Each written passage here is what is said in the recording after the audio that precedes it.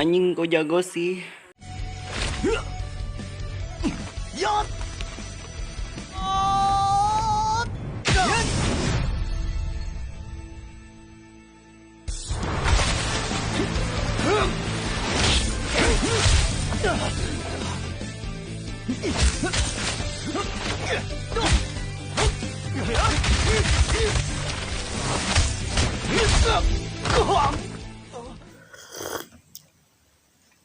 Ngopi guys. Assalamualaikum sekuad capruk dimanapun kalian berada.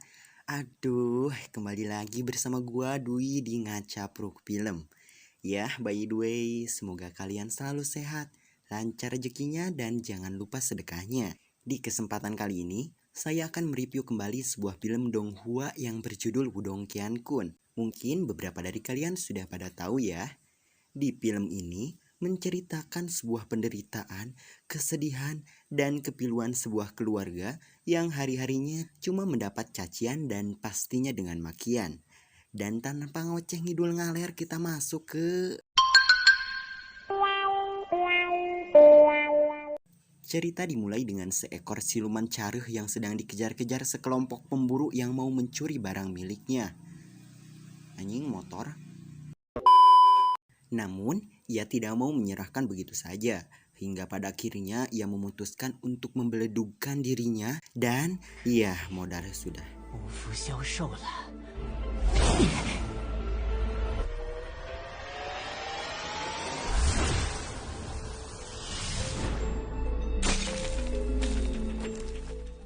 Kemudian scene berpindah ke suatu tempat yang dimana seorang anak yang bernama Lindong sedih melihat sang bapak yang hobinya cuma minum-minum saja. Dan tak lama kemudian istrinya pun datang dan menasehatinya bahwa minum minuman keras itu haram jadah. Dan ternyata Linsha begitu dikarenakan ia merasa gagal karena hidupnya sudah tidak berguna lagi. Di sini belum diceritakan apa itu sebabnya. Lanjut. Di waktu yang sama Lindong pun angkat bicara dan berusaha meyakinkannya kalau dirinya bukanlah seseorang yang gagal, tapi Lindang Tianlah yang sudah berbuat curang kepadanya. Lindang Tian juga belum diceritakan nih siapa sebenarnya dia itu. Dan Linsha marah ketika mendengar nama itu. Lalu Lindong yang nampak sedih dan kecewa merasa dihantui dengan suara orang-orang yang membuli keluarga mereka. Padahal dulunya sang ayah itu adalah orang terkuat di keluarga Lin dan pada akhirnya ia dikucilkan dan dikeluarkan dari klannya. Dan ternyata semua itu adalah ingatan masa lalunya ketika ia sedang dibuli oleh Lin San, anak dari saudara ayahnya. Dan di sini ia terus ngoceh ngidul ngaler dan akhirnya mereka memukulinya sampai ia terjatuh ke dasar tebing tersebut.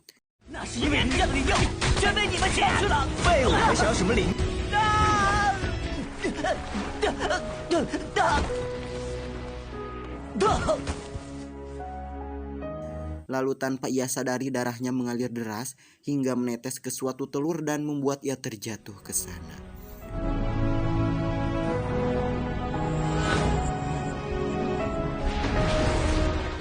Lalu kita diperlihatkan flashback pada 6 tahun yang lalu ketika Linsha sedang mengikuti suatu turnamen untuk mendapatkan posisi menjadi murid dalam di suatu sekte ternama pada masanya. Akan tetapi di waktu itu Linsha mendapat lawan yang bernama Lindang Tian, seorang jenius yang sangat epik, legend maksudnya. Dan singkat waktu mereka pun bertarung. Namun di sini Lindang Tian berbuat curang hingga Linsha kalah telak dan kehilangan seluruh bela dirinya di pertarungan ini. Jadi terjawab sudah masalah tadi ya.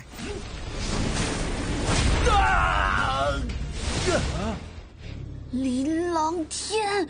Lalu scene berpindah kembali ke si Lindong yang terbangun di atas air. Maksudnya ngambang lur. Ketika terbangun, ia nampak heran melihat sesuatu yang bersinar di tangannya. Dan juga lukanya mendadak hilang entah kemana. Hingga sampai di rumah ia masih melong ke tangannya. Ketika sedang asik melihat tangannya, datanglah sang adik mengetuk pintu yang bernama Kintan. Ia khawatir terhadap kakaknya yang setiap hari dibully oleh si Lin San. Itu tuh yang ngeselin. Setelah sedikit berbincang-bincang, si Kintan mengajak bermain si Lindong. Sampai gak kerasa, Janari pun tiba.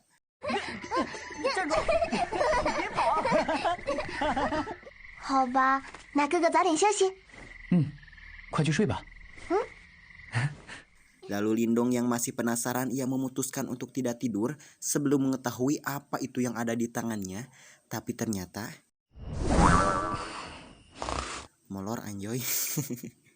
Di sela-sela tidurnya ia masuk ke alam bawah sadarnya yang entah di mana itu, pokoknya mah ia bertemu dengan sosok yang mirip banget dengan dirinya. Dan ya, pertarungan pun terjadi.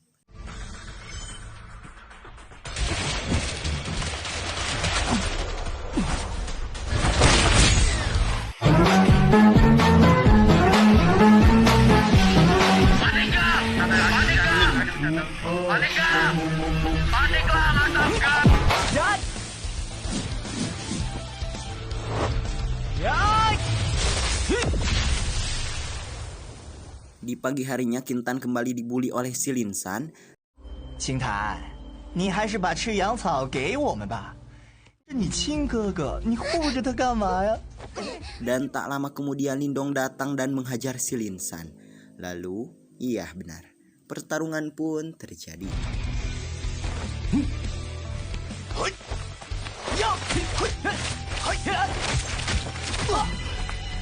Di sini Linsan tercengang karena Lindong mendadak meningkat pesat dalam kultivasinya. Bahkan ia sudah mencapai tubuh temper tingkat 4. Pokoknya mah nanti juga bakalan tahu tingkatan-tingkatannya. Lanjut.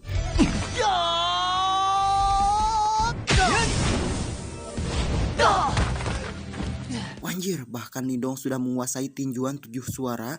Dan di tengah pertempuran mereka datang Lin Hong, kakak dari Linsan. Dan sama saja ia juga membuli si Lindong.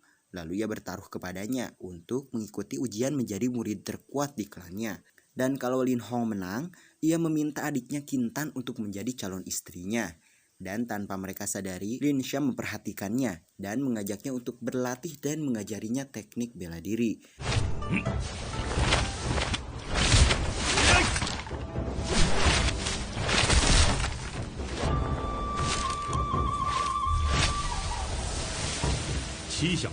Kemudian di malam harinya, Kintan yang khawatir akan kakak tercintanya memberitahunya kalau Lin Hong berada di rank tingkat 2 dan memiliki tubuh temper tingkat 7.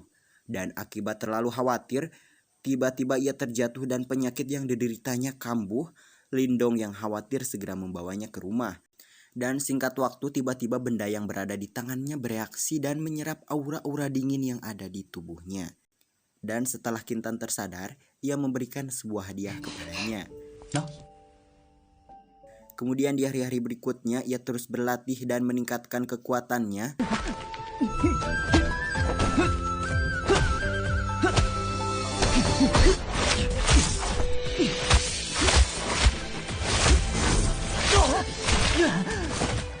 Hingga gak kerasa turnamen pun berlangsung. Pertempuran dimulai dengan kakak beradik yang jelas Linsan bukanlah tandingan kakaknya.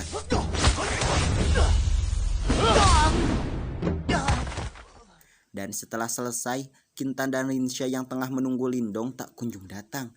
Dan pada akhirnya Kintan yang maju dan mengulur waktu hingga Lindong datang.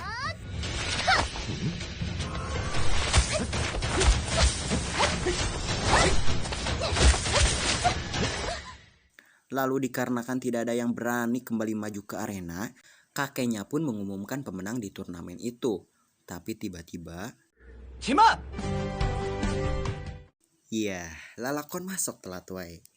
Lalu setelah bincang-bincang baceo sana sini, mereka pun bertarung.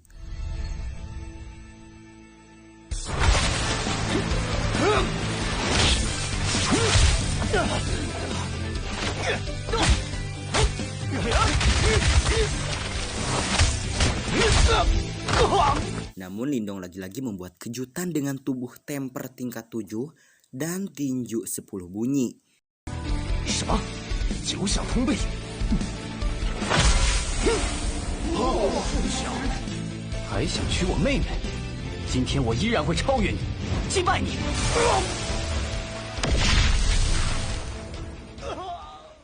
Singkat cerita, setelah Lindong terpilih, kakeknya berdiskusi tentang aliansi yang akan mereka adakan dengan keluarga bela diri pedang untuk memenangkan turnamen berburu yang akan Lindong ikuti.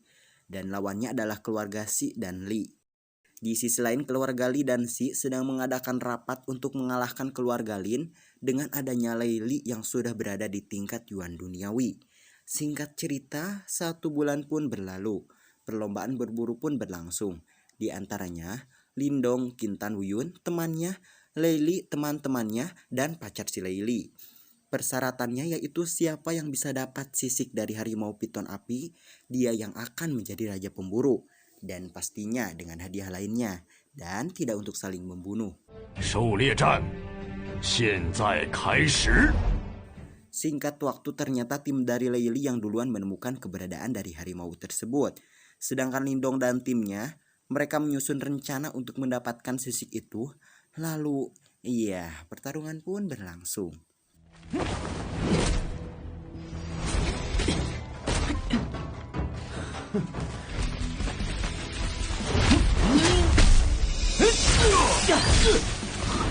Lindong 这小子，你嘿！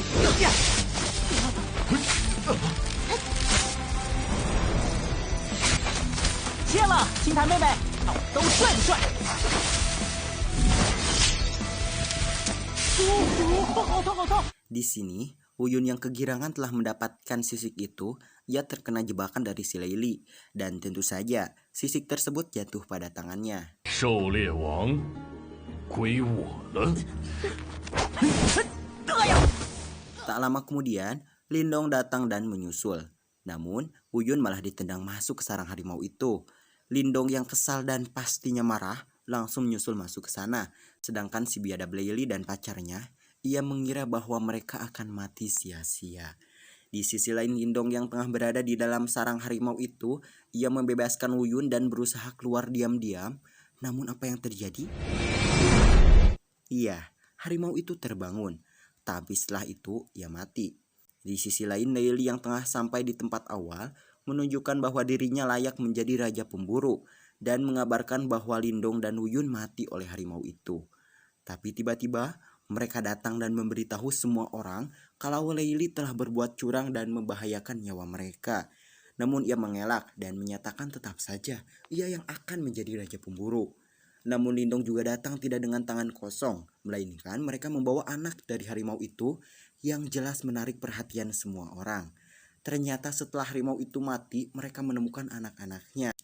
Tapi lagi-lagi keluarga Li membuat taruhan dengannya, kalau Lindong bisa menang melawan Lei Li, ia akan mendapatkan aset pabrik kayu besi miliknya. Tapi kalau ia kalah, ia harus menyerahkan anak dari harimau tersebut. Dan ya, film pun bersambung.